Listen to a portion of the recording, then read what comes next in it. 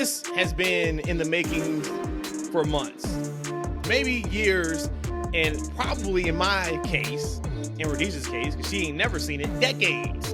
Welcome to a very special TFW podcast. That's Freakin Wrestling. You guys know the usual suspects, three the hard way. I am Matt. We have Rhodesia in the house. We have Shawn in the house. But today on this very special episode, we got a special guest. My guy Ryan from the Parallax Podcast has joined us. If you don't know, I'll give you real quick backstory. We were on Ryan's podcast, I think last November.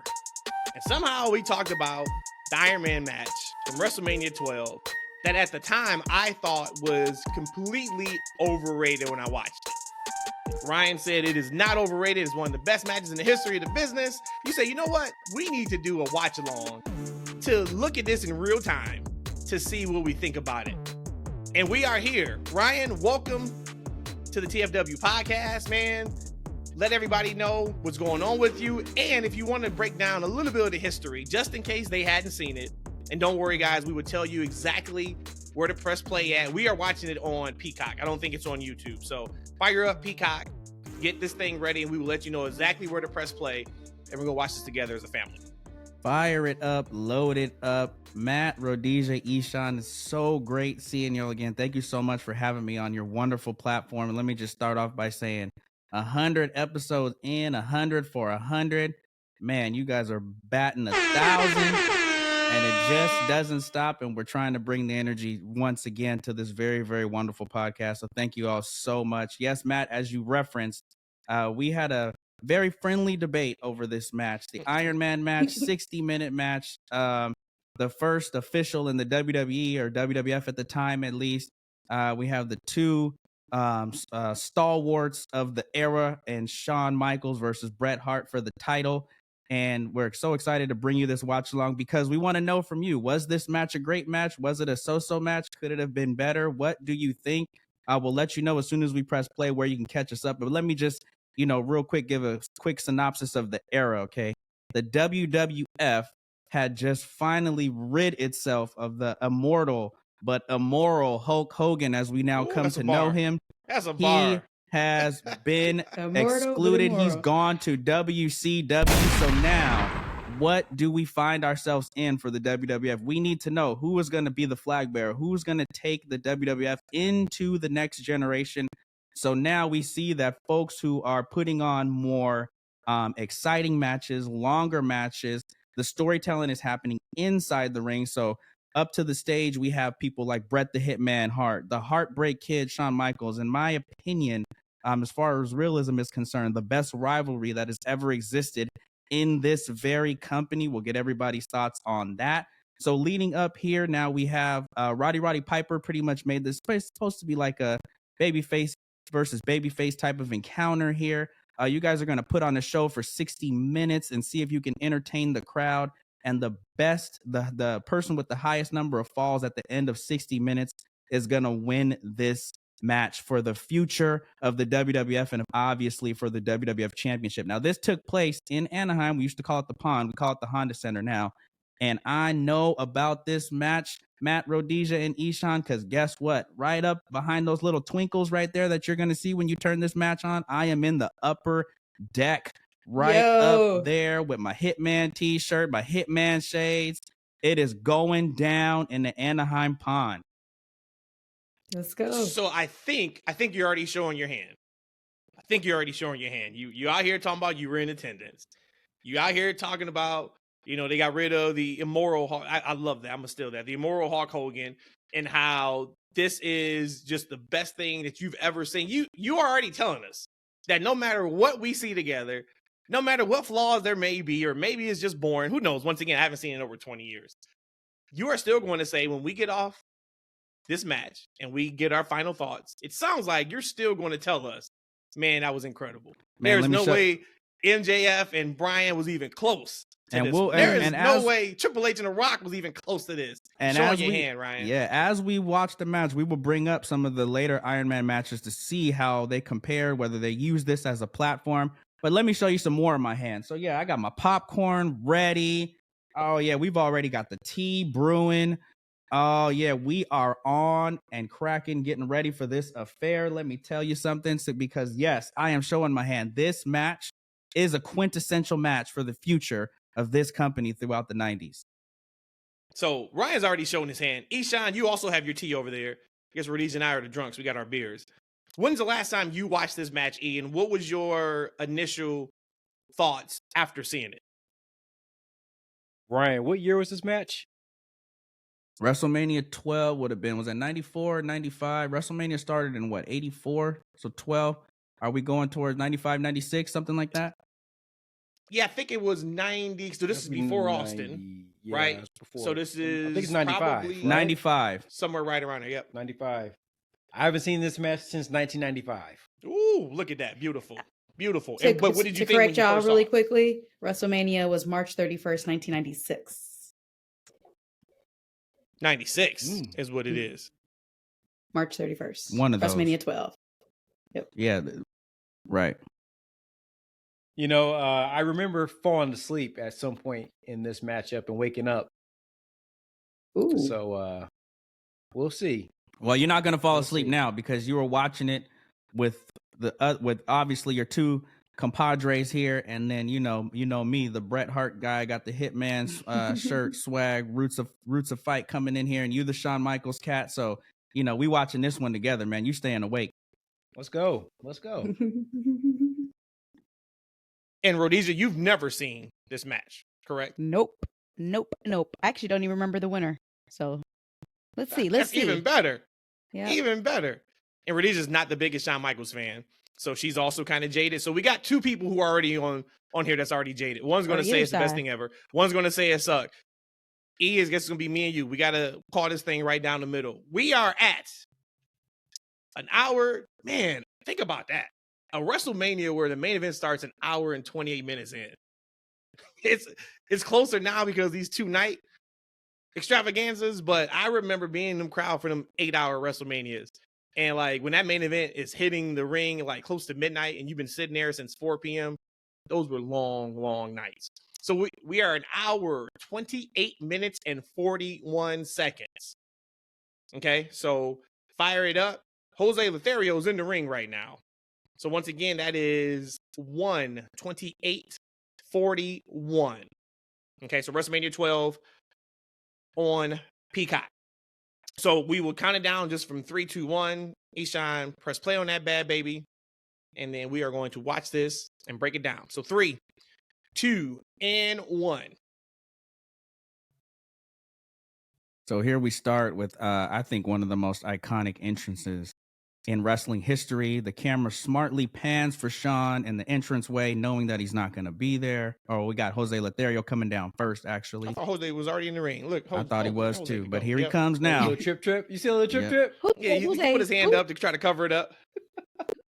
Who is this guy? So Jose God. Lothario was Shawn Michaels' kind of mentor, trainer.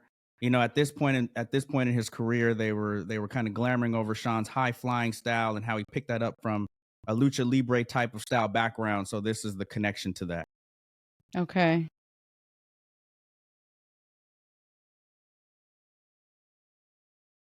Vince I hear you, McMahon Super and, Ryan. Coming down. Jerry Lawler on commentary. Yeah, you heard me back in the back. Yeah, Yeah. way up in the rafters, changing light bulbs. Mm-hmm.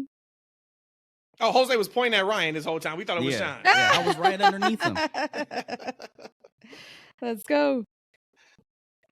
So we How had old- no how old were idea you, where Ryan? Shawn was. I'm born in '83, so if we were in '96, I must have been going on 13.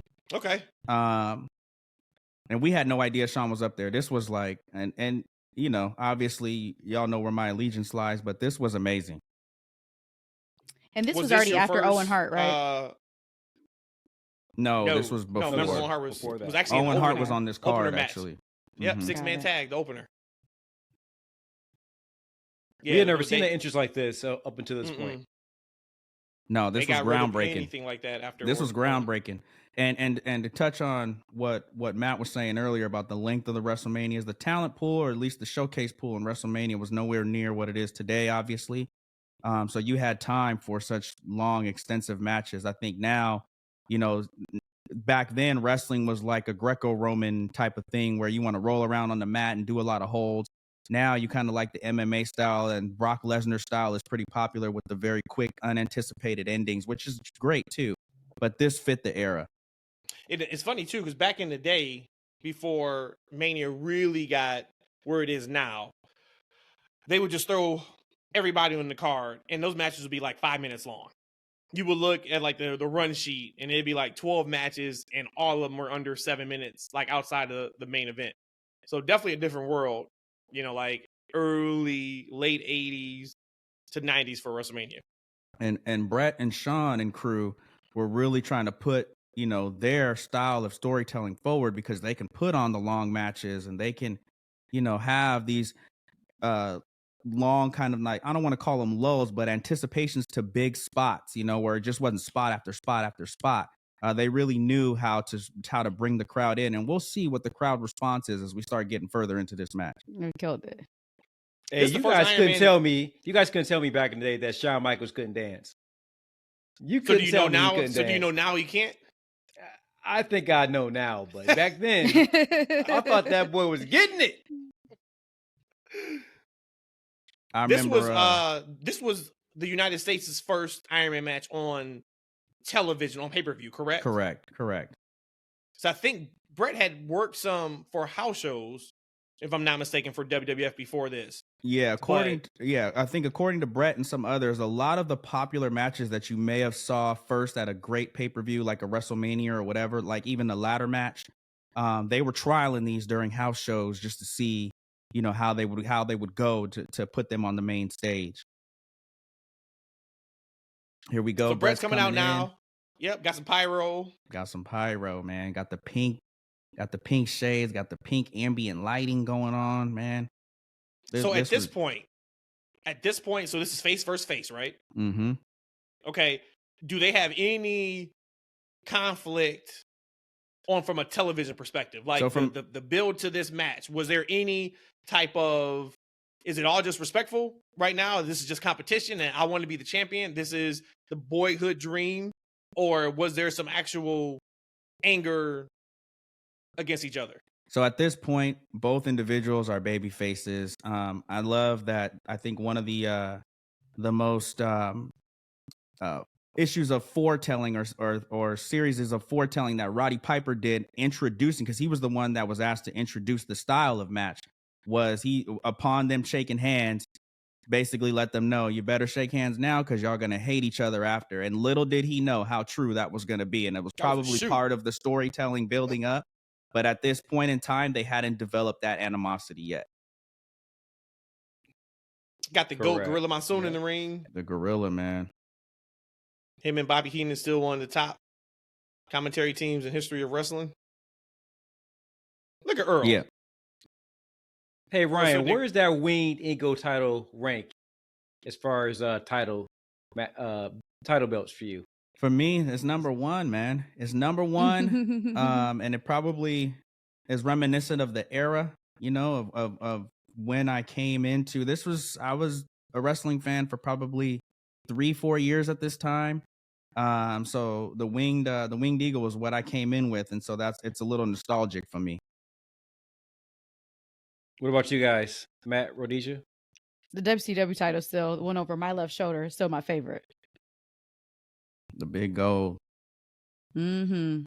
That's up there for me just because of so many memories connected to who held that title. I still think that I may like the IC version better than the Winged. The IC is iconic with the white leather. Yeah, I think so, but they're right there. Look at the facial expressions here. So you see Bret is over, I'm too confident, I'm too cool. Shawn is lasered in.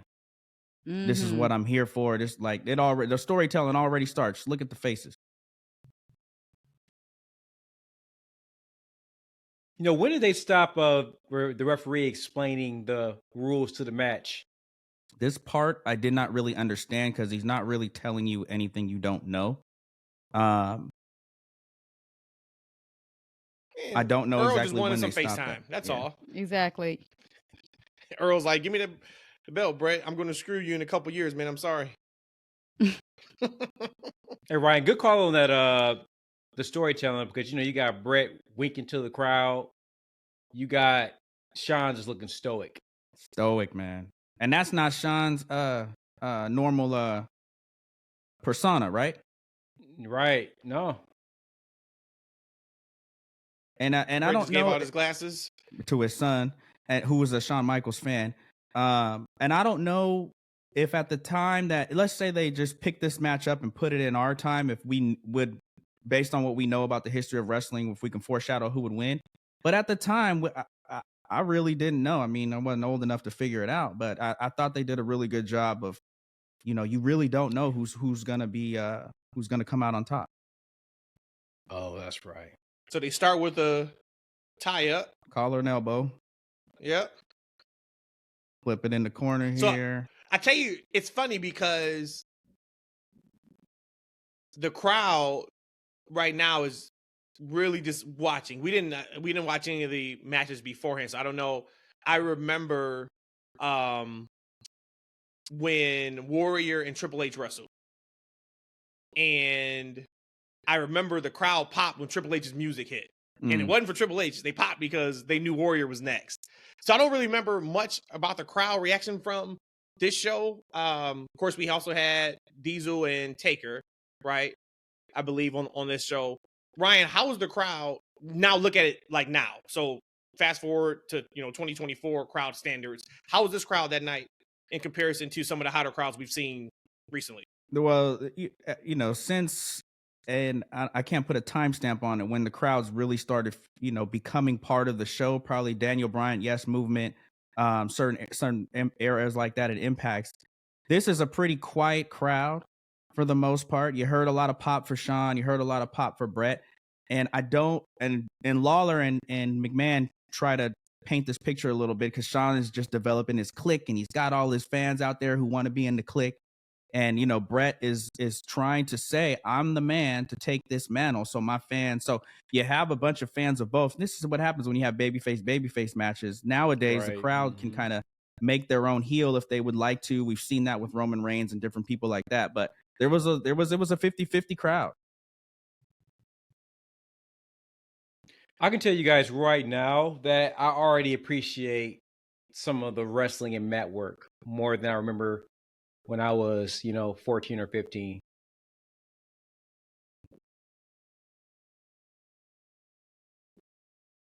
Lawler on this call is good, and we're used to. I mean, for me myself, I watch more than I go to live events, so I'm used to the commentators carrying me through. But once you go to a couple live events and you're watching it on your own without them, you're really zeroed in on some of the mannerisms and what they're doing in there to try to tell the story.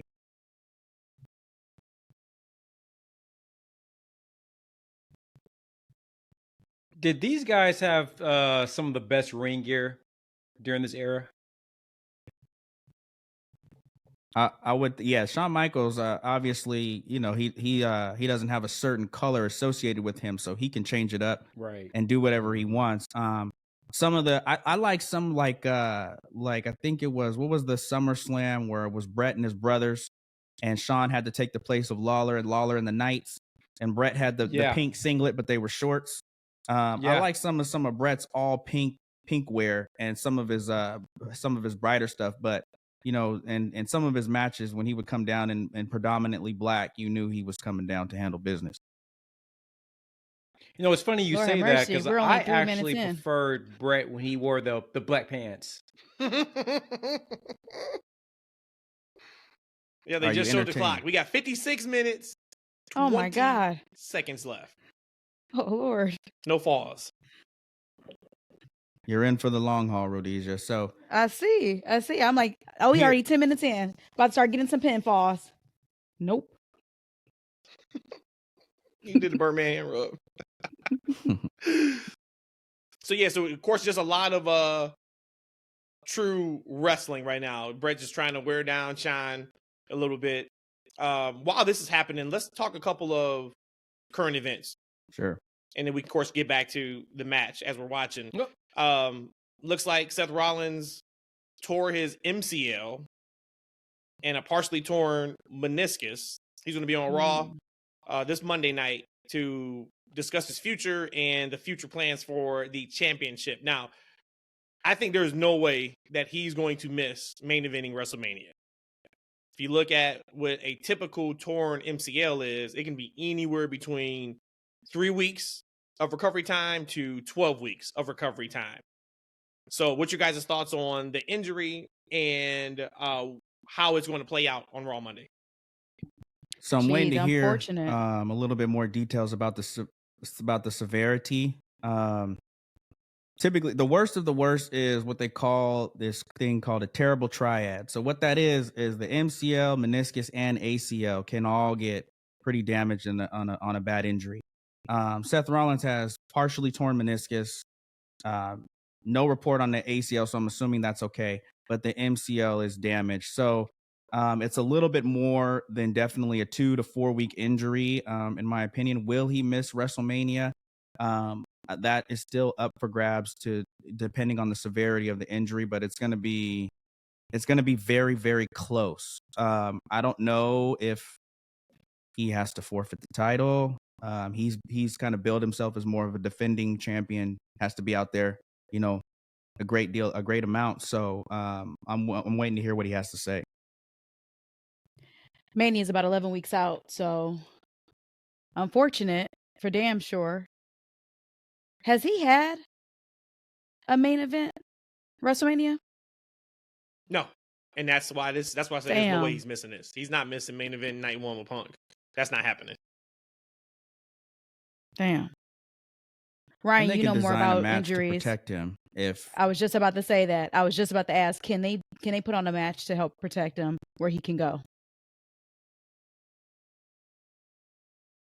They can, and it's going to depend on the severity of the injury, which I haven't really heard much about yet. But because there is also meniscal involvement, I imagine at least 2 months he's going to be going through some rehab. We hope that no surgery is implicated. If that's the case, then Mania's a stretch.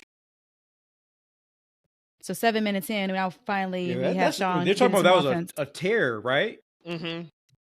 Yeah, that was a tear. Then that's kind of like a serious type of thing. Yeah, and at least they come in grades. So I'll have to do some more research tonight and see what some of the reports are saying to see how severe it is. I don't think it's as severe as what people may think. Like I said, I think he's there night 1, and I also think this is a funny happenstance. You can't have Roman only defend the title twice in complete entire calendar year, or 3 times so far. And then Seth gets hurt, and now we're talking about stripping him of the title, right? This is what I actually talked about just a few weeks ago on the pod, where I said, I'm be interested to see what happens when somebody has a legit injury and they need to go out. How do you deal with that? Because from a storyline perspective and a TV presentation perspective, if there is thoughts of stripping him or doing a tournament, or the winner of the Rumble wins the belt because he's going to be out for 2 to 3 months or whatever it may be, how then do you continue to explain Roman not being on TV and defending his title? You really can't. That's a hard argument. Well, they don't have to after he drops the title at Rumble. You talking about Roman? Yeah. Yeah, that ain't happening. I can't see it. So as we see, we're 10 minutes into this match here almost. 51-42. We've seen a lot of mat work done by each. And what you're seeing here actually is Shawn, like we said, considered to be more of the high flyer of the two, taking a lot of risks.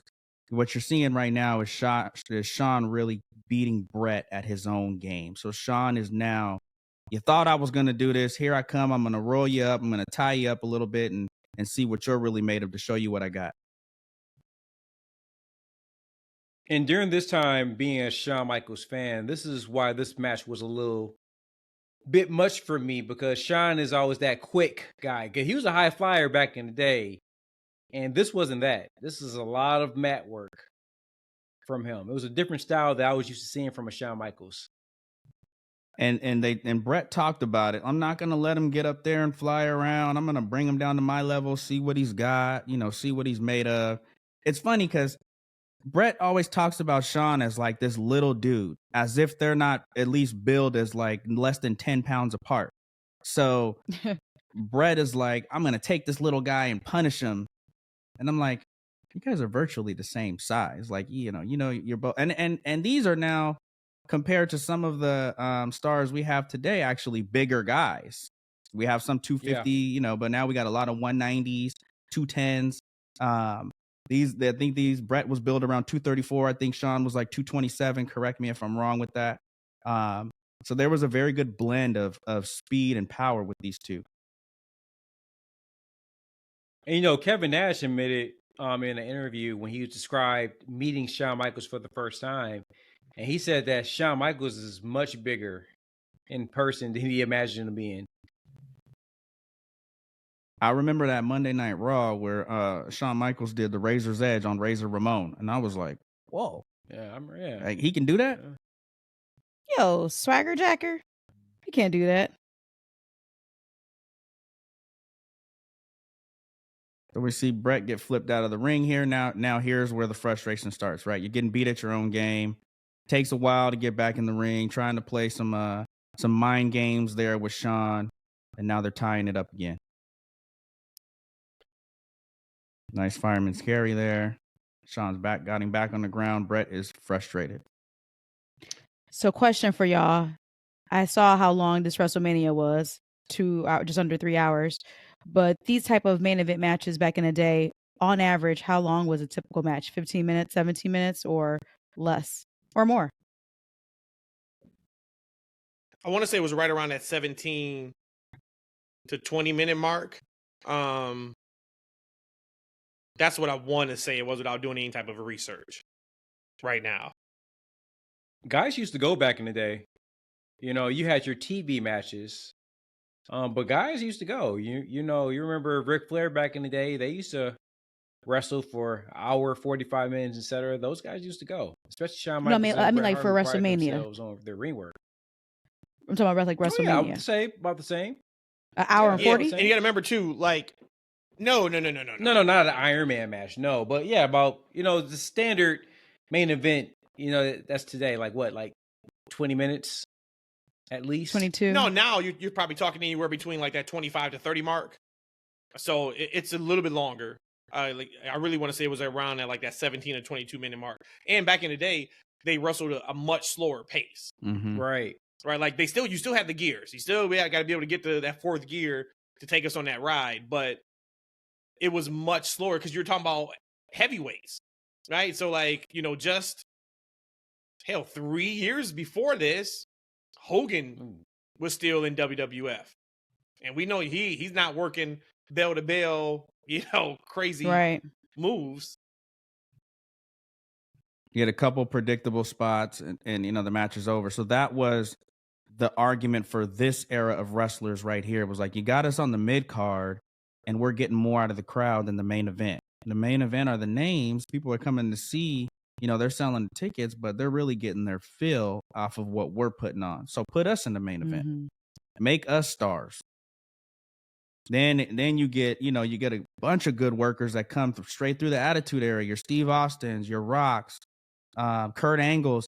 Like they're all coming from this. This was establishing what was moving forward. We're not playing with your emotions anymore. No more vitamins and no cells. Like we're showing you wrestling now. So we are 14 minutes in. We're at 46:35. And I can say so far they have not done a good job of keeping someone invested in this match if they do not care about Bret Hart and Shawn Michaels. So that would be my first kind of like negative mark on this. There is a lot of mat work, a little bit too much mat work. Now, I don't remember how this match flows. I know they're going to have to turn up eventually.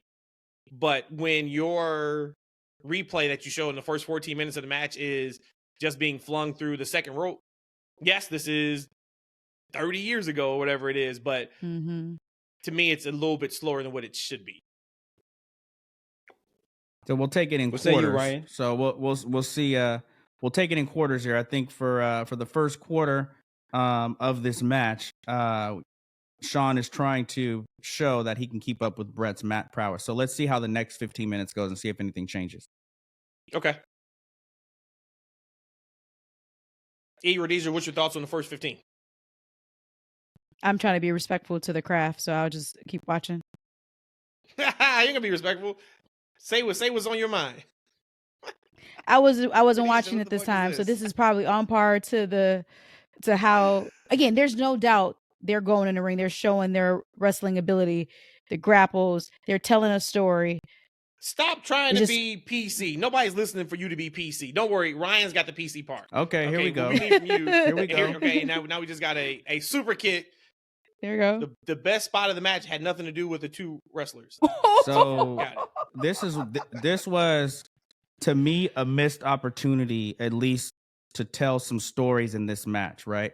So Bret gets tossed out of the ring, gets tossed into the timekeeper, and Shawn Michaels delivers the Sweet Chin music to the timekeeper. Why this should have been important is because this is a 60-minute match. And why do we need the timekeeper if we have the time right on the screen? So there should have been some delegation to why taking out the timekeeper was important for this match. Because it was a planned spot. Mm-hmm. Or even move it to where it does matter. Right? Somehow, some way. If it's a, whatever. Because I do remember, of course, how the falls go in this. So speaking of chin music, sweet chin music, each time I'll ask you, and then I'll ask, of course, Ryan and Rhodesia too. There was a lot of conversation on the internet this past week surrounding kicking out of finishers. On Dynamite, Hook kicked out at 1 on Samoa Joe's Muscle Buster, and that was after he got the complete dog crap kicked out of him the entire match, and he kicks out at 1. And there was a lot of conversation online, which I didn't understand.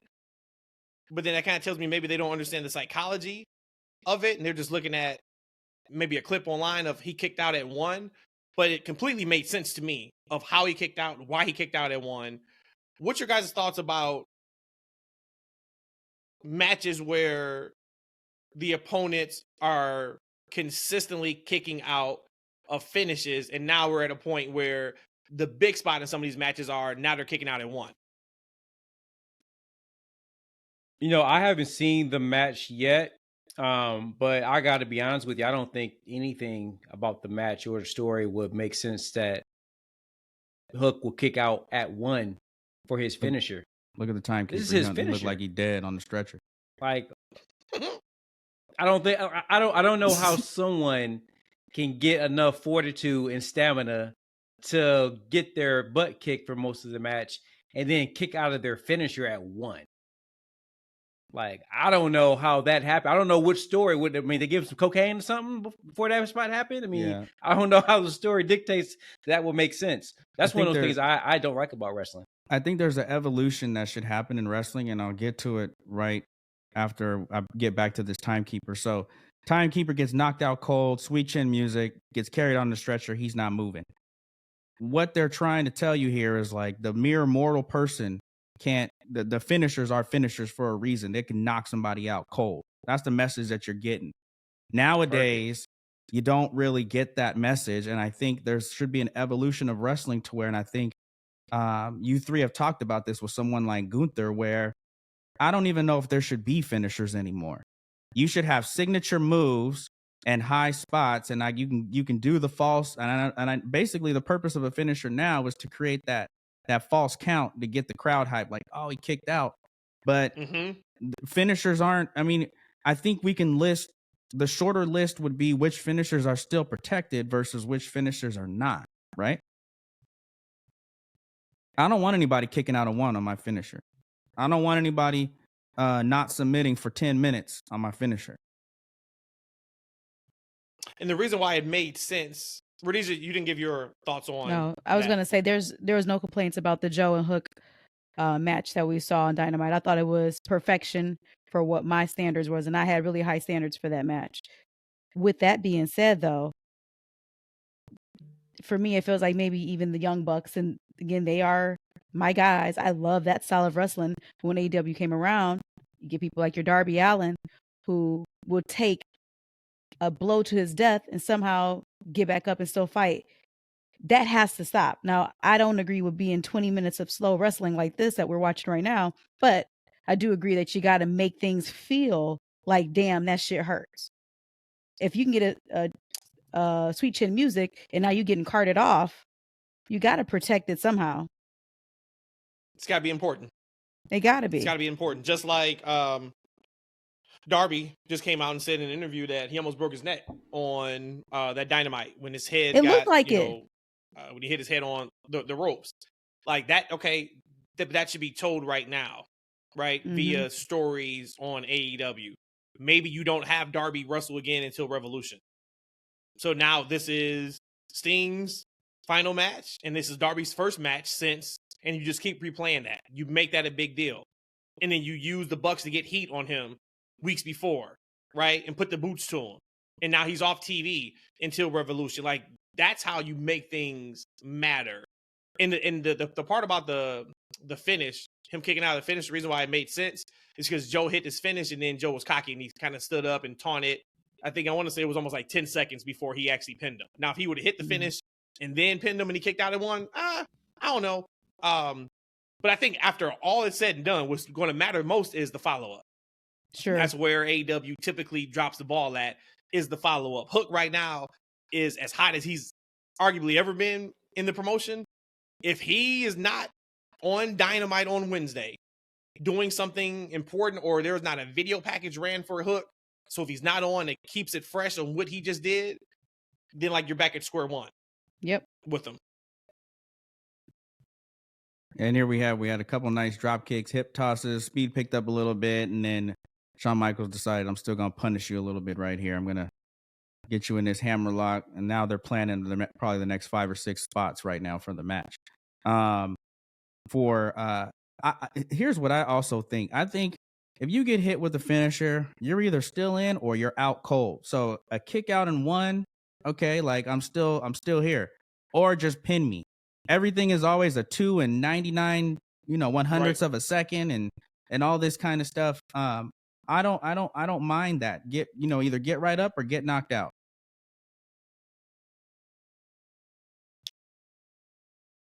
So we have yet to have we had a pin attempt yet in this match? We had a couple rollovers, maybe a couple rollovers, a couple of combination pin attempts, but no outright. Nothing from a impactful move, and then I'm trying to pin you to beat you. A lot of it has been wrestling move turned into a cradle into a pin. Correct. Right. Correct. Got it. Okay. So we're at 37-40. Got Michaels in the corner. Now he's finally starting to take some damage. Let's see what Bret's got in store for him here. Now, I mean, something that as the folks watch along, you haven't seen any moonsaults or anything like that yet, but take a look at these European uppercuts and these right hands and the cells, and just compare that with what you see in a majority of matches nowadays, and just have that juxtaposition in your own mind. You see the way he threw him into that turnbuckle? That was kind of nice. I don't remember. And so Shawn Michaels has been working the shoulder, right? So this is our old style of wrestling, right? We pick a body part and we go after it for, a certain amount of time. So everything makes sense. We're not just doing random moves. They all connect. He can't use the shoulder. He can't put on the sharpshooter.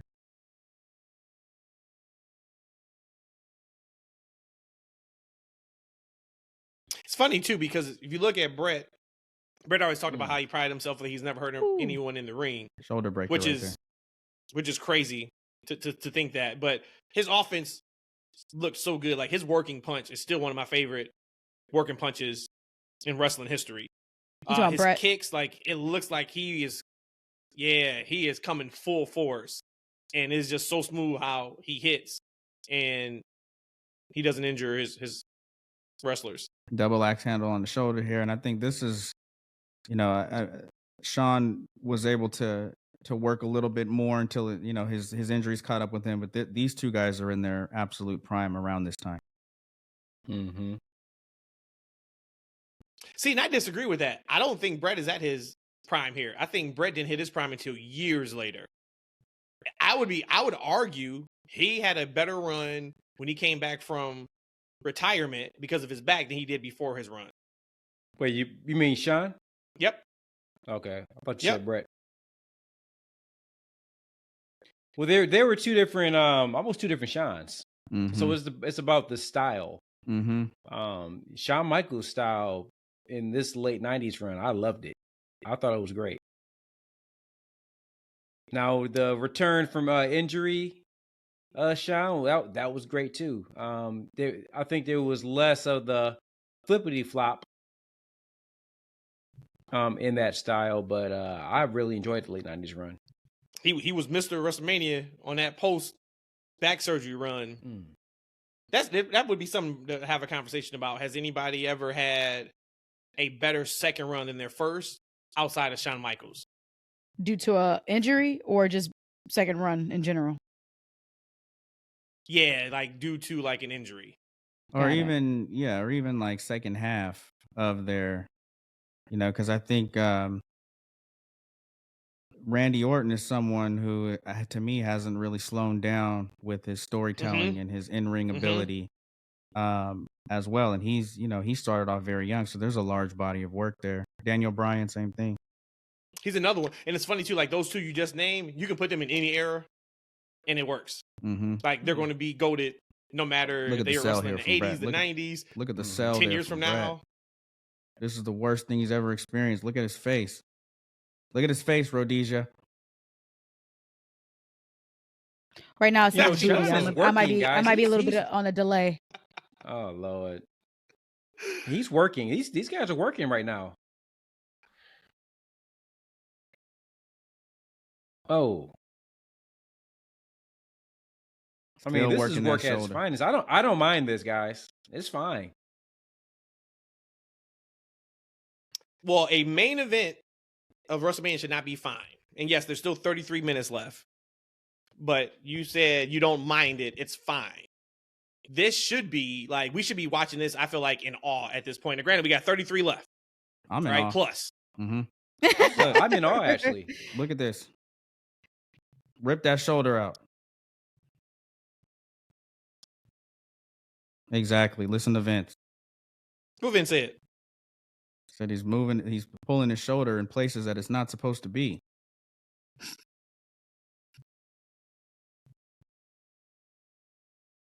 I think Shawn is very smooth in his movements in this match. A lot smoother than I remember. Jerry Lawler with the little quips in this match is hilarious. And look at the mat. Look at the emblems on the mat, the insignia. Like they don't do WrestleMania mats like that now, do they? No, but I think they're open to, and it won't be saying WrestleMania. It's probably gonna be saying like presented by. They're starting to dip their toe in the water by putting the LED boards around. Mm-hmm. Certain matches sponsored by Slim Jim, Mm-hmm. and they said now they are open to using sponsored mats. Mm-hmm. So I don't know how I feel about that. Like, this is one move here that I'm glad I don't see much of it anymore. The monkey flip. I just had a hard time with that move, selling it as even in that era as something that would actually happen if you did that.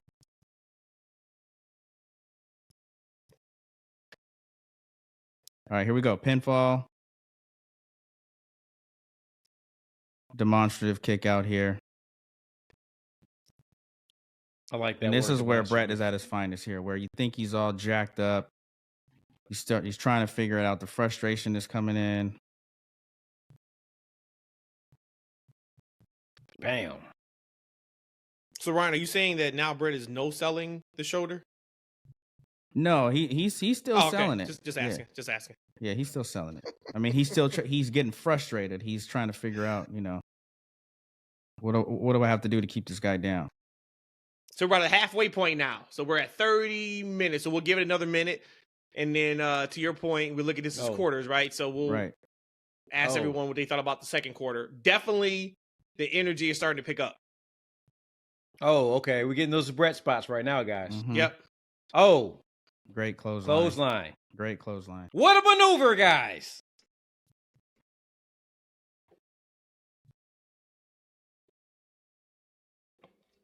Vince is on commentary. Here comes the maneuver.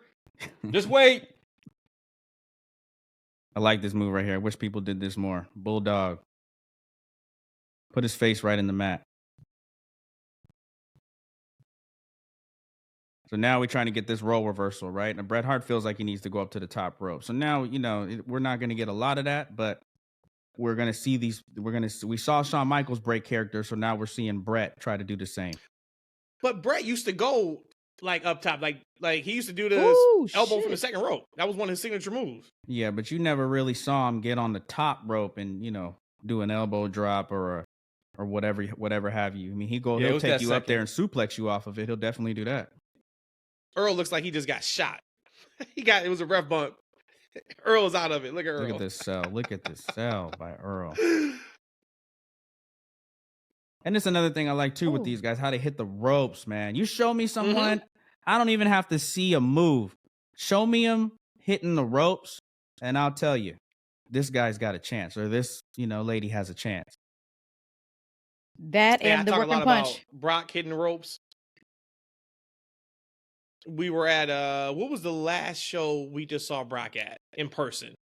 I can't remember. And he's running the ropes off camera, and he's legit in 3 steps running the ropes. Oh, and I'm like, this guy is ridiculous. Perfect pile driver. 31 minutes in, we got our first pile driver. Yes. All right, that was a maneuver. So now we are into chapter 3 or the third quarter.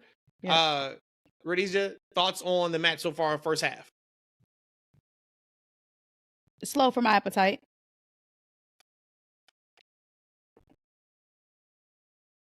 Great analysis. Thank you so much for that. Ishan. I'm trying to pay attention to the match too. I'm sorry. I'm very entertained. I'm more entertained than I thought I was when I was 15 watching this back in the day. Mm-hmm. I'm really enjoying the mat work. I don't remember Shawn being this good of a matician. And Bret Hart is Bret Hart. I think this is a nice little 30-minute build. Okay. Yeah, you can tell that Hurricane there. You could tell they're building now, which is good, right? So the first half was slow, really slow. And now you're getting to the point of, okay, now we're starting to, this is now taking on the form of a typical wrestling match where the first half really was not. Beautiful backbreaker. Mm-hmm. Beautiful.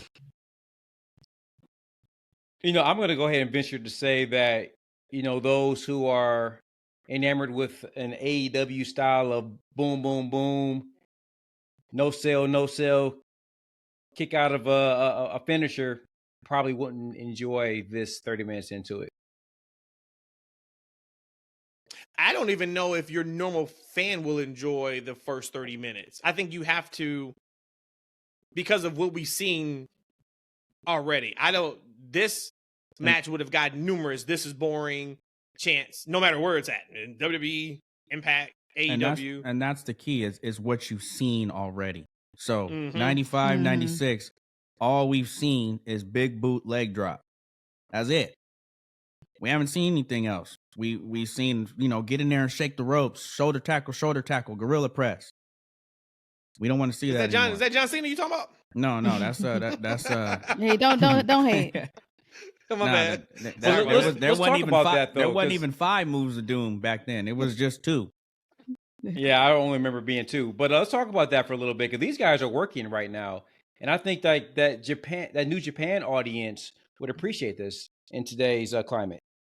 It's almost like you watch football or basketball in the 70s or the 80s, and the game has changed, and you watch it back then like, man, they're only scoring 70, 80 points. What is going on? But for where that 80s era of basketball needed to be to elevate the sport is the equivalent of what we're seeing going on right here. Like, we're not insulting your intelligence anymore. Like, we're giving you real reversals, more educated sells. A lot. I mean, these two guys, and Bret talks about this all the time. Like, had him and Shawn not fall apart, he wanted to put stuff together with Shawn for the next decade. Whether it was off, on, in, out, whatever. He was excited about working with this guy. And you can see why they're working really well together. Small package, kick out. That's a popular quick finish back then. So back then, your angst would have been up. Normally, that actually surprises people back in the day. Shawn almost hurt himself. And as I'm right watching there, the match, column. guys, everything makes sense that they're doing.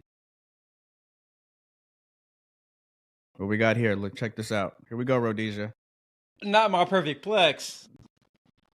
Nobody used to kick. Well, Bret was the first one to kick out of it from Perfect. Got it. When Perfect did it. So. And Right, I was just telling said the team that the perfect plex was one of my favorite maneuvers back. That in the was day. one that could hold that could hold its own right now. Yeah. Sleeper hold, popular back then Sleeper to plan the hold, next couple Shawn. spots.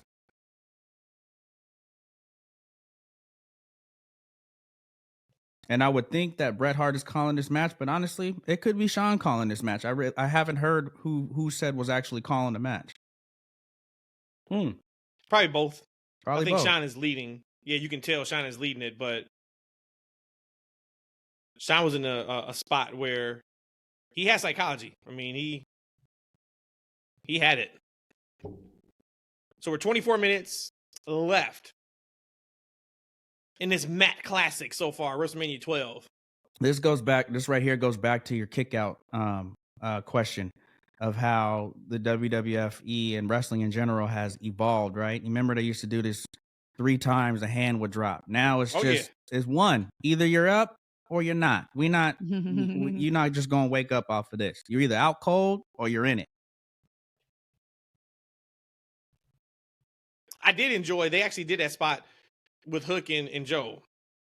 He passed Hook out, and the ref was trying to give Hook every chance. He actually did it 3 times. I was like, that's a cool little touch. And he's like, look, man, I'm trying to help you out here, dude. But like, you are out. Granted, that sleeper hold could have gave him brain damage, but look at the cell. So maybe he should have just went with one time. Well, hell, his legs was green in the match. Remember, I kept telling you, like, what is wrong with Hook? that's only the 10th. That was the 10th. Well, hey, nobody hits the turnbuckle better than these two guys. There we go. Now we got something. So Shawn just took a hellacious bump. Mm-hmm. Yep.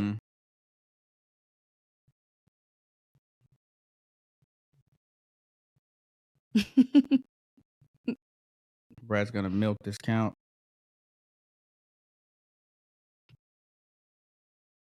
So earlier in the match, Shawn probably could have let the ref count to close to 10, but he decided to go out and punish Bret some more. So we'll see what happens here.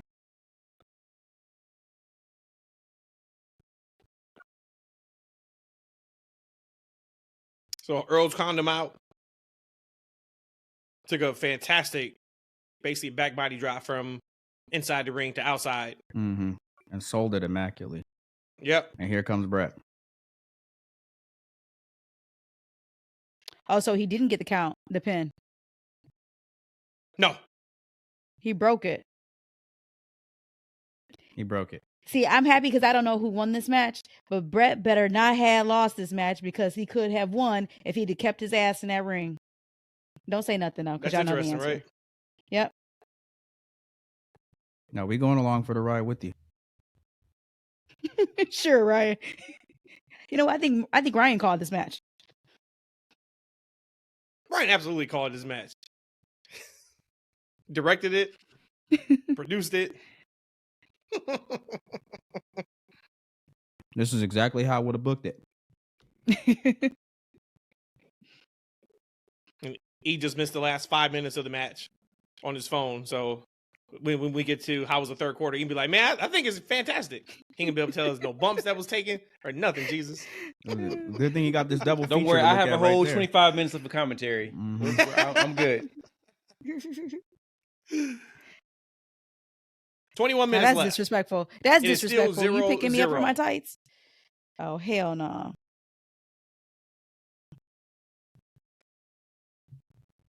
E, you mentioned, or maybe Ryan, one of you two. You guys mentioned New Japan a few minutes ago. Word came out this week that Okada is not re-signing with New Japan. We kind of knew it was a thing when it first came out that he was potentially looking to go somewhere else, but still a complete and utter shock when I actually saw the press release from New Japan. What's your guys' thoughts on it, and where do you guys see him going? You already know me. Come to WWE. Oh, that rhymes. You should be a rapper. Triple H need to give the old Should Nike speech. You don't want your producer, you don't want your CEO dancing all on stage with you. Come to WWE. You don't want him tweeting about Jinder Mahal. Come to WWE. Don't hinder Jinder. You know, I guess Jinder should have been hindered. I heard that that Okada is vastly underpaid in New Japan. Mm-hmm. So wherever he goes, kudos to him to get that money that he well deserves. He's been one of the best in the world for a number of years. Where would I like to see him? I typically don't want anybody going to AEW, and not because I don't enjoy the promotion. I just feel like they need to focus on the talent that they have. I'm glad that Hook is a guy that they're hopefully starting to invest in long term. I think they're going to get better just by getting better within. Okada going there, it's a chance he gets lost in the shuffle. But with WWE, I'm a little scared. I mean, I know they're doing, right with Damage Control and some of the other foreign talent that doesn't speak English very well. But just historically, Michael's up on the rope right there. Here we go. Sorry. Guys, they don't go there and they're not the stars I believe they will be. But, they're doing right by Shinsuke. They're doing right by Damage Control. He could go there and get a bag and be a big star. But maybe AEW's style, and Tony Khan is a fan, they're treating him right. They're treating him right over there. And I think there's better matches to be had with the Danielsons and the Moxleys. I think the talent matchup in AEW might be more advantageous to him. If I'm going to be perfectly fair. A couple of things about Okada for me. I love to see when I saw a that Seth he and left, Okada match. I thought only AEW. I didn't even think that WWE was even an option. I guess the answer to that question, I thought initially it was AEW. What I'm about to say might be a little disrespectful, but when I also heard that he was done with New Japan, I thought that this was going to be kind of like a retirement contract now. But maybe he could still go. I don't even know how old Okada is. But what got me even more in a tizzy was when somebody on the internet had said the moment Jack Perry shows up at NJPW, he's like, I gotta go. He's like, I'm peaced out. I gotta go. I've seen enough. I'm out of here. Jack Perry's the ultimate villain. Yeah, Rhodesia Okada is 36 years old. Oh wow. He looks older than that. But he's got a lot of miles on that body. But 36, that's prime for wrestling. That's prime. Yeah, he could do this for another decade. If he wanted to. At 36, yeah. Yep. Mm-hmm. I know Triple H is a fan. Triple H has wanted him. By Shawn. He's been interested in him. I just don't see Okada taking a WWE deal. As much as Okada has stated he wants to wrestle in a WrestleMania, Tony Khan's going to let him still live in Japan if he wants to. Now, if Okada doesn't want to live in Japan anymore, then hey, all bets are off. But I think for him to be able to stay in his home country and still make millions of dollars a year that he's never probably even sniffed before, I think is AEW. Ooh. 16 minutes in, or left, I should say, 16:40 to be exact. So we're getting into the final stages of this now. match. Both wrestlers realize that they do not have a pinfall, a submission, a disqualification, a count out. No points are on the board. And here we could have had a count out. Is where we start to wonder. Yep. Brett made a mistake, a tactical error. But it was kind of a repay because Shawn had an opportunity earlier where Brett might have been counted out, and he too did jump out of the ring to do some more damage. So, ooh, the Ric Flair bump, and then Lothario's down too. That's Lothario. So what's his name? Lothario. Yep, Jose Lothario. Lothario. I will tell you guys right now, being a Shawn Michaels fan, I I did not like Jose being paired with him. Why not? Oh, I didn't either. I thought it took away from him. yeah. Because Shawn Michaels is this young, vibrant, flamboyant, sexy boy, and he's coming off the ring with this really old guy who's taking like a father He's figure. not sexy. He's not sexy in his outfit right now either. Who's that? A full turn from Sensational Jose? Sherry, huh? Yeah. Lothario was not sexy. But I don't remember any of Lothario pre and post this match. I remember him Mandela not effect. adding anything to the act. Yeah. I thought he was horrible. He ain't real. He's a made up thought. We have 14 minutes, 55 seconds left in the match. Bret rolls Shawn back in the ring, and about 7 people in the crowd cheered. That was pretty cool. Stop. Big pop there. One of them was me. Oh, here we go. Good belly. I love the belly to there. belly. I love the belly to belly there. Yep. Takes all the wind out of you. And keep in mind, they've been out there, whether you think they've just been kind of rolling around, they have been out there for 45 minutes. So to be a little bit blown up is probably expected. Here we go. Another right hand here. Classic. Hit the rope. Get him back. Give me a little chop. Ooh. All right. Shawn Shawn starting is to fire just gonna back up. start laying it. Bret goes back to the back. So now we had, sorry, I meant to mention in the second half of this match when Bret started assuming more offensive control, his focus was the back. He either attacks the back or attacks the leg, presumably setting you up for the sharpshooter. So that's where a lot of his offense has been concentrated. So deliberate offense on the part of both of these individuals throughout this match.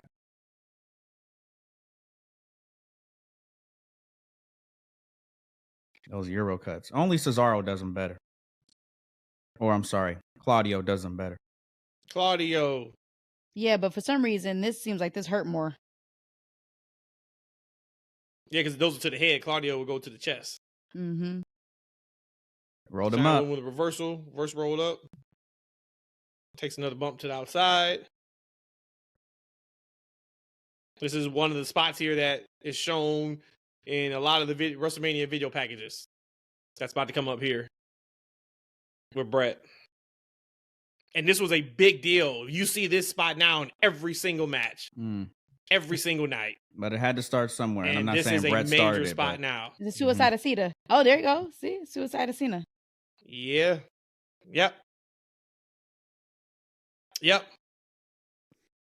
Nice catch by I Shawn, personally too. don't remember seeing that spot before that, and Shawn did a hell of a job of getting up and catching him right in time. because he was down the cell. You when were totally Bret started dependent on running your compadre there to help bridge that fall. Yep. So what y'all saying is that we didn't Bret see Hart's gonna the ham it up a John little Suicide bit. of Cena often. Correct. We never saw that. Now the actual real move. Oh, the John Suicide of Cena.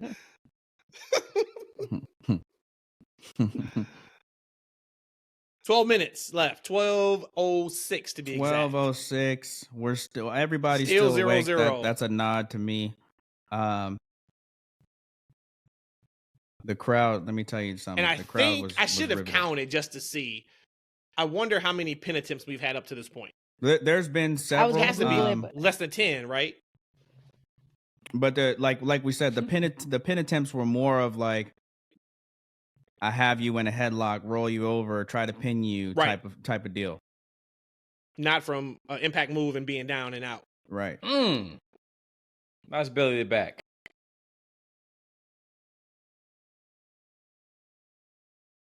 German suplex. So we've had folks like Kurt Angle, we've had folks like Brock Lesnar come out and say that, one of their dream opponents would have been Bret Hart.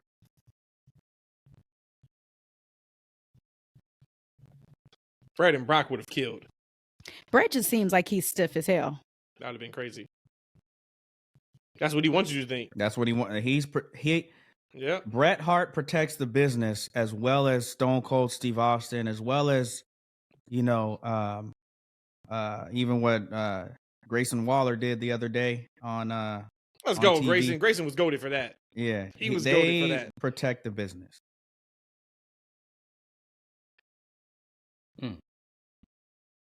Bret Hart has even said he doesn't really like going out into the crowd and fighting, because if a fight broke out in a real crowd, you wouldn't be, well, I guess nowadays everybody films it, but you wouldn't be like patting the dude as he's fighting and clapping right in front of his face. You'd be getting back because you didn't know if you were gonna, catch a stray. And when they go into the crowd, there's no control in that. So he just feels like that's not even realistic. Like, he's so protect the business minded in everything that he does. Working a modified camel clutch here. 10 minutes left in the match. Bret Hart. That is. We got less than Earl's 10 minutes left. him. And this has been a struggle, guys. These guys have been fighting this entire match. And you just don't see that nowadays.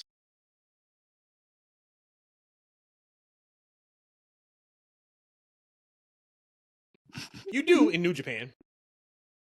Granted, I didn't get a chance to so, see a lot of Wrestle Kingdom, but which is why I think something like this will work over there. Right. Mm-hmm, mm-hmm. So how about some of those other Iron Man matches we teased earlier? Matt, for you, which one has been one of the more enjoyable ones, or one of the ones that stand out to you? I have a few, and I'll wait to give my opinion on the other ones until after the match, because that wouldn't be fair to this one.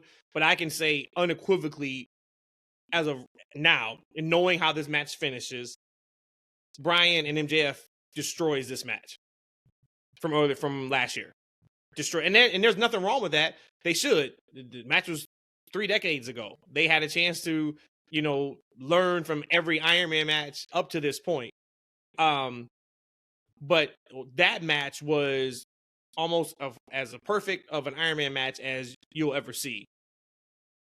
And it had everything in it. Where this one here, we're talking a lot about like the mat work, right? Like the psychology is on point, like it was in that match too. But you kind of had everything. You had blood in it. You had cheating. You had physicality. You had storytelling. You had psychology. You had the mat work. You had the high impact moves. They kind of had everything in it. Where this one here, and granted, we got 8 minutes left, but this one is really what you would expect from, hey, let's put 2 guys in the ring for an hour and see if they can out wrestle each other, right? Like, this is wrestled as a shoot, which is great, but it's kind of handicapped because it's wrestled like that. Well, and it's babyface, right? So you're not going to see a lot of the heel spots that you would normally see that make a match what it is today. Yep, great call there.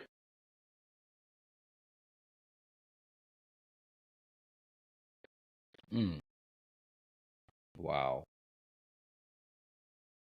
So it was 7 minutes and about 35 seconds here. So here's how we prep both for the down. last 5 minutes. Mm-hmm.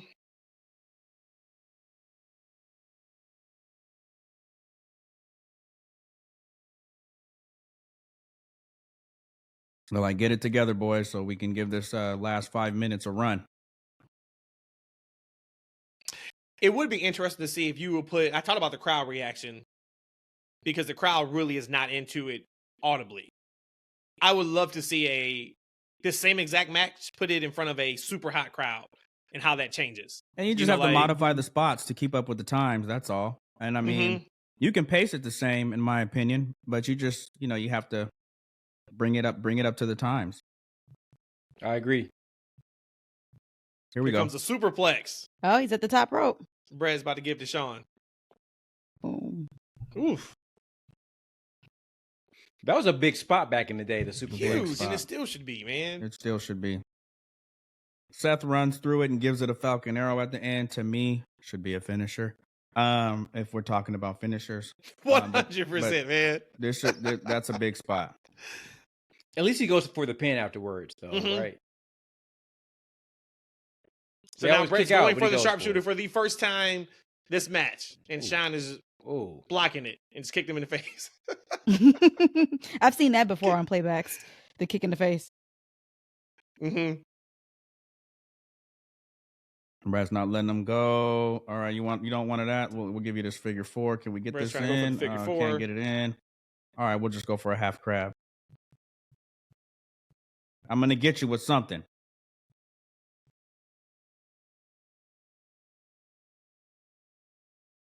I can't believe it's 5 minutes left. Normally, in today's climate, this will be like go time. This is when it'll be full throttle. They're going at it. Yeah. That fourth gear, yeah. It doesn't seem like this is in like fourth gear. It seems like it's still kind of in the second gear. Mm-hmm. Doesn't it? And that was my issue the first time I watched it. Outside of just thinking like, man, that match is a little bit overrated.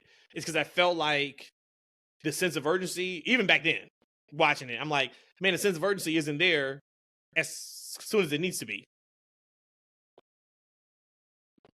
Beautiful backbreaker right there. Here we go. Oh, we're getting to the Bret spots now. Yep.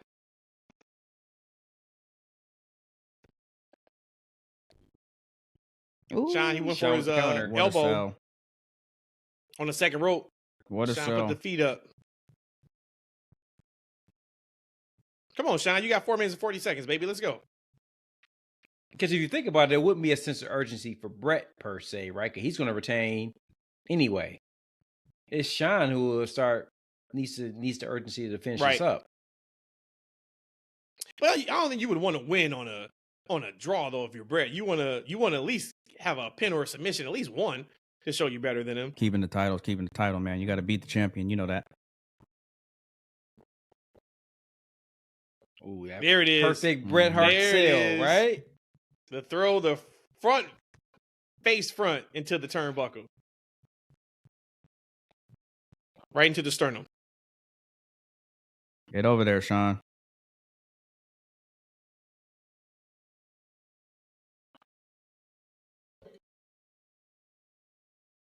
Reversal. Beautiful forearm. Crowd pops there.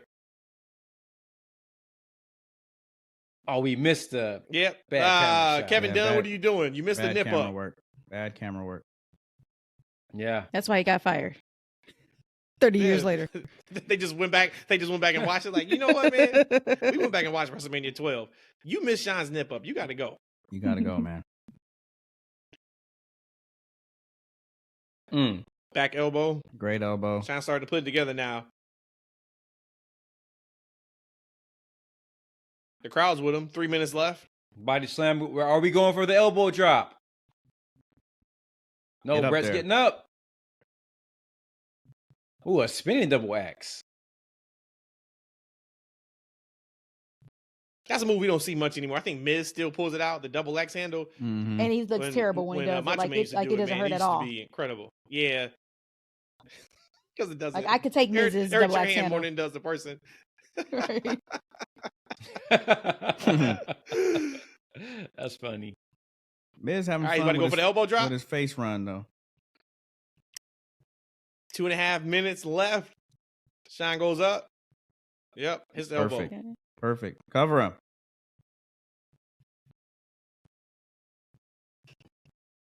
Crowd starting to react now to the false finishes. Because they know now, right? So now, as this finish develops, we'll break it down a little bit further.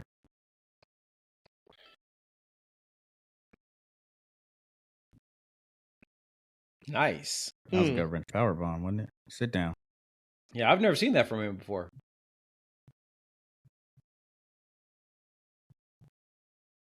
Two minutes now. Lawler going crazy on commentary. Nice. We got that suit. We got that moonsault. Got the moonsault into the pinning combination.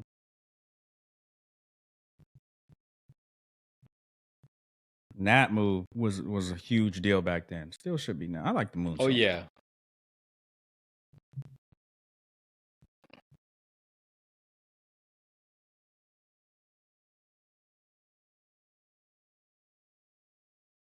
I'm not sure what that was, but it's called a Hurricane Leader right there.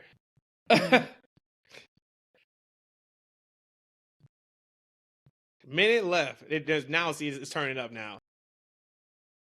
They're now in the third gear, I would say. Maybe second and a half, right? Mm-hmm. Maybe, I don't know.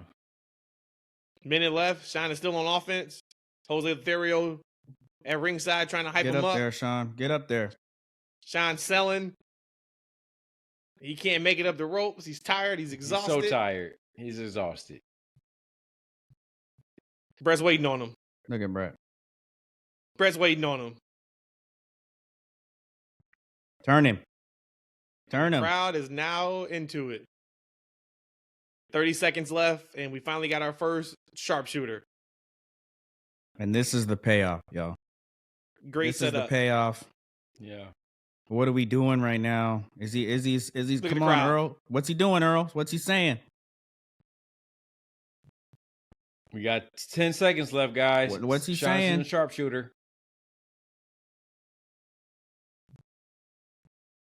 3 seconds. 2 seconds. 1 second. 0 seconds. Time is up. Bell rings. Yo.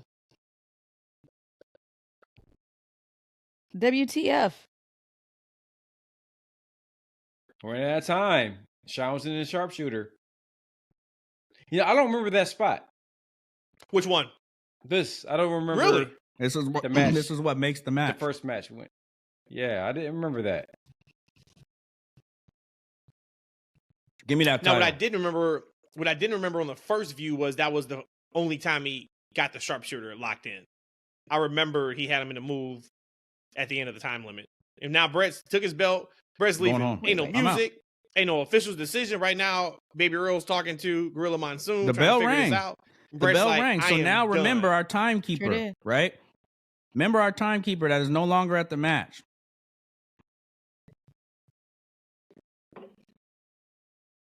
Brett's heading to the back.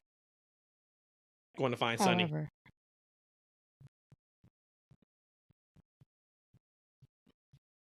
So they're restarting the match. They're restarting. And it kind the of doesn't match. make sense. Oh my God. So no this one is ever more than an asked. Iron Man Death match. rules. No one ever asked during that I can remember during the build up to this match. What happens if they tie? You just assume that tie goes to the champion, right? No, I Right. wouldn't. I I wouldn't. would. It's I just would. a draw. Nobody Yeah. It's a draw asked in it, though. boxing, though. And that would have been It's a draw. good for the timekeeper to come in. Like, you are the timekeeper. What's the deal? You know, Gorilla Monsoon informed me. Blah blah blah blah blah. Now the timekeeper's not available. Everybody's confused. That would have been my whole angle. But then you're putting too much heat on the timekeeper, right? But what's the If you point do of him that. not being knocked out of the match? Is what I'm saying. I was the- think it what was- was. I think honestly, just to create another diversion during the match, some bells and whistles. Yep, just bells and whistles. It's just for Yep. it was just a spot. Yep, Match restarts. we can do that. Sudden death. And we can save a couple minutes. So now we're in sudden death now, and now Brett's pissed. Now Brett's going after Shawn like he's a heel. Now here's heel. Basically, Putting yeah. the boots to him. Here's heel Brett right here, Yep. as if it was Shawn Michaels' fault. I mean, didn't this you moment's quit almost while not I had fair, you in the right? hole? 'Cause- Yeah. Back body Ooh, drop. back body drop. Because Bret had that match won, right? Right. Well, And that- had it won by whose estimation, though? Are you saying he had it won if he would have kept the sharpshooter in, or are you just saying that because it ended, the match ended, and there was no falls, he should have won? Well, Well, let's say take the bell ring out of it, right? Right. Shawn Okay. was right in the middle of the ring in the sharpshooter with nowhere to go. Right. So had the match Right. continued, he would have had to gave up at some point. Or he would have passed out. Or he would have Right. passed That's my out, and point. he would. If Then you Bret had would have a- won. If you had a timekeeper with the rules, when the clock struck triple zeros, hey, keep this going. We're going into sudden death. Sharpshooter stays on. We're moving. Now you get a restart. Shawn just hit his first super kick. Yeah, so that was an important part of the match that we just missed. Right? Shawn hit a super kick. Bret is stunned. The same super kick that sent the timekeeper out on the stretcher.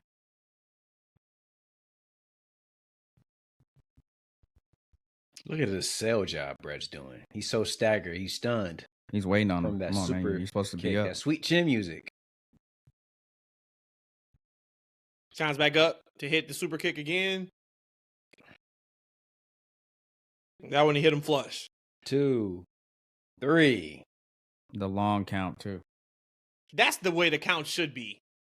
I can't stand these 3-second counts that happen in like a second and a half. Give me that 1,000, 2 1,000, 3 1,000. So Shawn wins with one fall at about 64 minutes. into the match.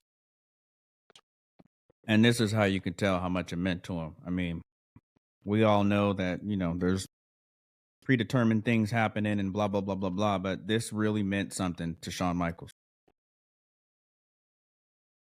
As Vince McMahon most eloquently stated, the boyhood dream has come true for Shawn Michaels. Look at Jose. Just a sexy boy. Jose just happy to have that payday. Look at that kid. That kid. I'm not your boy toy. That's Bret's son right there. That kid is pissed. He said, I watched 64 minutes of that trash for this? That's nuts. So Shawn's got the belt now right in front of Bret, and Bret's leaving. Bret don't like the look of it. Look at the walkout. Nope, he's out. I don't even want to deal with it. Don't give me that.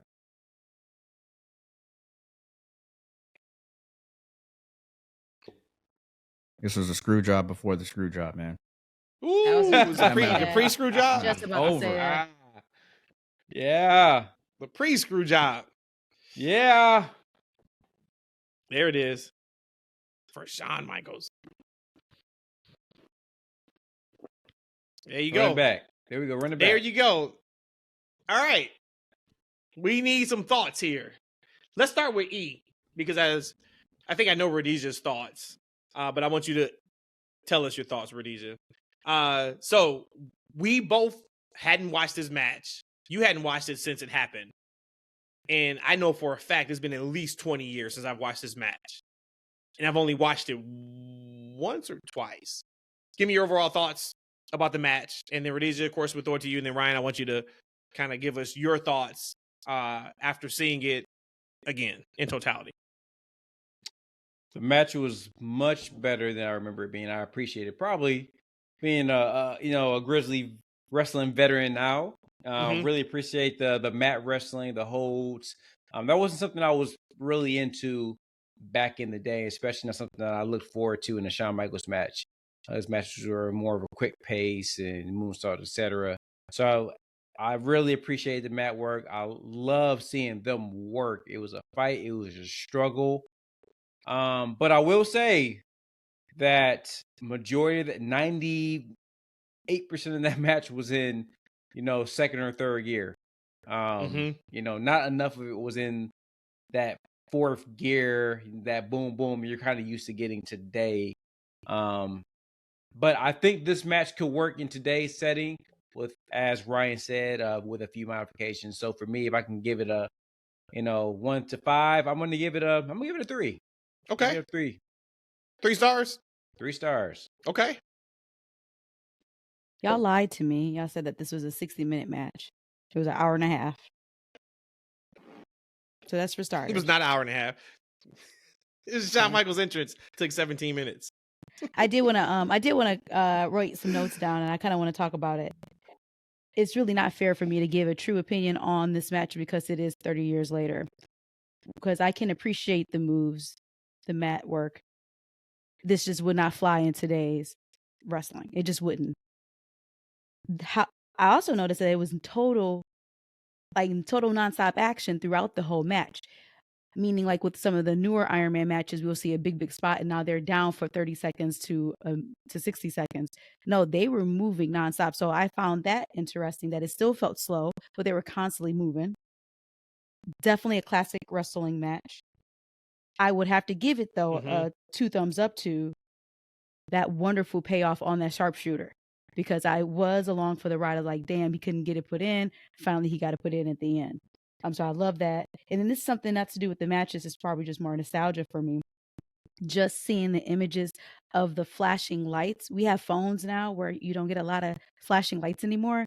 And that to me is just like nostalgia, and it feels good because it's a spectacle at that point. Overall, I'll probably give this match a 4. Again, not really fair. Probably could be a 5, but this is nowhere near my top Iron Man matches at all. And if we want to get into that, because I think either Ryan or Matt asked the question, of course, the MJF Bryan Danielson was killer. And if we can count this one as an Iron Man match, the Bayley and Sasha Banks 30-minute Iron Man match, that to me classic. was fire. Fire. Only 30 minutes, but yes, that one is one of my favorite matches of all time. Mm-hmm. Along with, if we were to talk about 30-minute Iron Man matches, you guys may not remember this one, but Omega and Pac from Dynamite was a 30-minute Iron Man match, which was off the charts, 5+ star match. The other Iron Man match that came to mind, which I still think is better than this one, is Rock and Triple H. Now, once again, they had this to go by the blueprint, right? Because you're able now to watch this and say, "Yep, oh, I like that idea, but let's do this." Like, so it's kind of like not fair. But I think I'm closer to E's rating of stars to 3 than probably yours, a 4, Rhodesia, because there was a lot of just mat work with no heat behind it. Now, if I was watching this and say this match happened in today's standards, and I am so invested in Bret Hart, I'm so invested in Shawn Michaels, and I watch it, that could be worth another star, right? Like Sammy and Roman last year in Elimination Chamber. You probably already you're starting that match at like 3.5, 4 stars because of the emotional investment with Sammy for the last year being in the bloodline, and then turning on them and getting back with KO, et cetera, et cetera. And it's kind of like watching this one back. You don't have that, but I will say if we were to watch any of those other Iron Man matches that we talked about, Bayley and Sasha, Rock, Triple H, hell, there was even an Iron Man match on, I think, SmackDown. It was Goldberg and Kurt Angle. It may have been at a pay-per-view. That one was also incredible because of the action in it. So yes, I'm probably closer to about 3 stars. One thing before you go, Ryan, I will say though, I am not mad that I actually took an hour out of my day to watch this match. This is history, and I feel like for me to be doing what I'm doing, how dare I not have seen this match until now? So thank you for even introducing this concept for us to do this watch along. I feel like I was part of history. How dare you? I feel like we should do more of these. Pick historic matches, break them down. I think Sammy and Shinsuke. I think at TakeOver we should see it because I think that's one of my favorite matches of all times, and I have not went back to see it again. Like after that Mania weekend, I think we should go. We should watch that. Put it on the ledger. That's a big one. That is a big one. I do appreciate each of you taking this trip down memory road with me. I do. I think matches serve purposes, right? Was this supposed to be the best match of all the matches that have ever happened? I think either of these two will tell you that their favorite matches. I mean, I think Bret references this match just because of the storytelling, but as far as performances are concerned, there's a lot of different matches that he references, and Shawn alike too. But if we don't have this match, we really don't have a lot of the matches that you're talking about after it, really. So this was something that was supposed to set the standard. And this is my style of wrestling. I mean, I do enjoy the very snap, quick, like I said, Brock Lesnar type, get him in. I mean, with exception to taking the championship off of, Kofi's and Big E's and all that. But I do like the shock and awe type of match style. But this is where my bread and butter is made right here. This is why I like guys like Bret, like AJ, like Bryan Danielson, folks like that who can mix things up and tell stories into the ring. That was what this match accomplished. Wrestling before was a bunch of promos, bunch of entrances, big boot, blah blah blah. Match is over. Now tell some stories in the ring, and I think that's what we got tonight, or in WrestleMania 12. Love it, absolutely love it. Before we get out of here, Ryan, you're on the hot seat. Got to ask you a question. It is a running thing for us. It seems like every single week on our podcast. You got one option. One only option. You can't get both, sir. WrestleMania 40 in Philadelphia. You can only have one. Are you going with The Rock versus Roman Reigns for head of the table? Or are you going with Cody and Roman for Cody finishing the story? We're going Roman all the way. There we go. I do want Cody's story to finish, but not before I want Roman to finish Hulk's story. So we're going Rock and Roman. Yes. Head of the table is up for grabs, and to me, this, because Roman should go over in that match, he should, and that would make Cody's finishing the story even that much more remarkable. You've taken down the guy who took down the guy, arguably the most popular WWE superstar there ever was.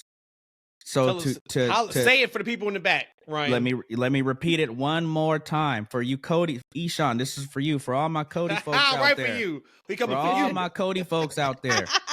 Cody delayed. This is what you saw in this match. Delayed gratification. You hung on, and you got a fabulous ending. All my folks for Cody Rhodes out there, and I love Cody Rhodes. If y'all could just let this thing play out, the ending will be that much more sweeter, and Cody will finish that story. Man, Ryan, I had higher hopes for you, man. You know what? Here's the thing. I'm a big Roman fan, and I'm a big Cody fan as well. See, the thing with me, and I think this is where a lot of, we're super fans. This is where a lot of wrestling fans are right now. All right? Roman Reigns, he's lost a lot of steam over the past year. We're getting a lot of dissatisfaction with his title reign and his matches. Right? It's been a lot of discord around his matches seem formulated. They're predictable, right? If we continue this thing for another year, we know we're going to get another year of few predictable formula matches, right? Because if he wins at WrestleMania and he keeps that title, we know they're just holding us out to beat that record. Okay. So we're going to get 3 or 4 matches that are going to be predictable. They're going to be formulaic just to beat a record. And I'm sorry, guys. Most people don't care about Hogan's record. I don't care about Hogan's record. I don't care about the number 2 guy. I just don't. Right? And I don't really want to see another year of these formula matches. It's not really even for me about Cody finishing the story. I'm just not going to be interested in seeing Roman catch number 2. Let's play the wrestling version of the Marvel What If, right? So, Brock Lesnar, okay? Brock Lesnar's always been who Brock Lesnar was, but Brock Lesnar went on his most remarkable run after taking down the Undertaker, right? Breaking the streak. That was, he climbed Mount Everest on that. The Rock is the equivalent of an Undertaker type of phenom in the wrestling world. And get it, it's, years later. But if Roman takes down The Rock, then maybe we don't have to book Roman to where he always needs Jimmy Uso to save him, to where he always needs this chicanery. Now maybe Roman can be that dominant force that Cody can take down. Like, all this leads to better outcomes for Cody. But it just has to play out. And we need to get Rock Roman. It all leads to that. Ryan, we were supposed to get it last year. Ryan, you know what I tell a hater when they say Cody's got to finish the story first? What's that? Tell him, shut the fuck up. It's The Rock. That's what I tell him. And that's what I'm going to continue to tell him every episode until we get to that point. Ryan, thank you, sir, for coming along on this ride of watching the Iron Man match with us. It was a lot of fun. Everybody who watched along with us, hit us up, of course, on X, that's F&W, on YouTube, that's Freakin Wrestling. Let us know what you guys thought about this Iron Man match. If you had never watched it, give us your thoughts. If you've watched it before and this is just your second, third, fourth, fifth, 10th time watching it, let us know your thoughts, and of course we'll read some of those on our next pod.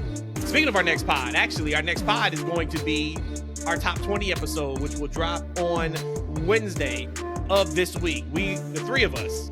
So Ryan, you got to send us your top 20 list, and then what we'll do is when we come back, maybe even during the Royal Rumble post show, we'll talk about your top 20. So send it to, if you're listening, send it. We will talk about it on our future podcast of your top 20 superstar list of all time. I think you guys are going to be very surprised by some of the people that are on our list, and you may be even more surprised about some of the people who are not on the list. On our list. The list of Jericho. That was a heavy discussion point. The list of Jericho, man. Get the pins out, click them. Yep. There it is. So that is what we're going to leave you with Once again, always, thank you guys for listening, for watching. We love you. We appreciate you. This was fun. We will catch you Wednesday on the Top 20 show. Thank y'all so much. Eshawn, Matt, Rhodesia. None but love. None but love. Yes, sir. Thank you, Ryan. Love you.